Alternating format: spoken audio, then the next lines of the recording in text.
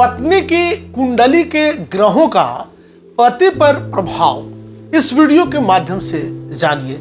नमस्कार, मैं हूं डॉक्टर श्रीपति त्रिपाठी।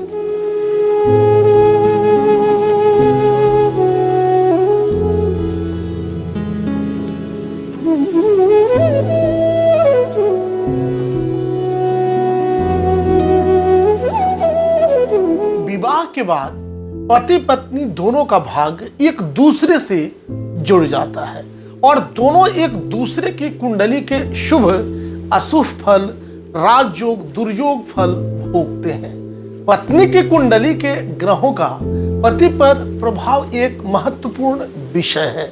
ज्योतिष शास्त्र के अनुसार पत्नी की कुंडली के ग्रह पति के जीवन के विभिन्न पहलुओं को प्रभावित कर सकते हैं, जैसे कि भावनात्मक संतुलन, दाम्पत्य जीवन की सुख शांति और पेशेवर सफलता आदि।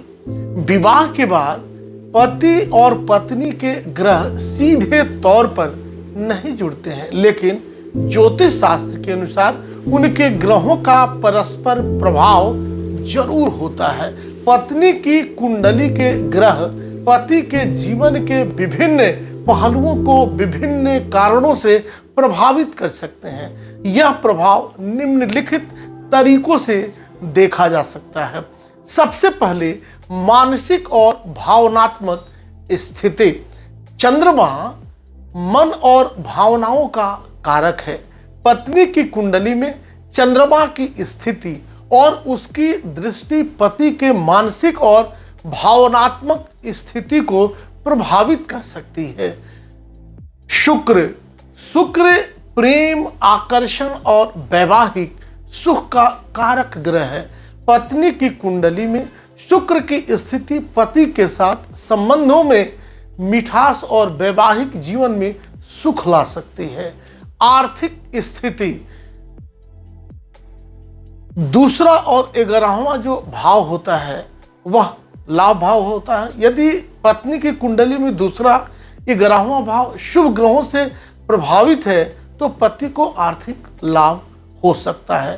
धन योग। पत्नी की कुंडली में यदि धन योग प्रबल है तो इससे पति की आर्थिक स्थिति भी सुधर सकती है। करियर और पेशेवर जीवन, मतलब व्यवसायिक जो है जीवन कैसा रहेगा। दसम भाव। पत्नी की कुंडली का दसम भाव करियर और पेशा यदि मजबूत और शुभ ग्रहों से प्रभावित है तो पति के करियर में उन्नति और सफलता मिल सकती है। राहु और केतु।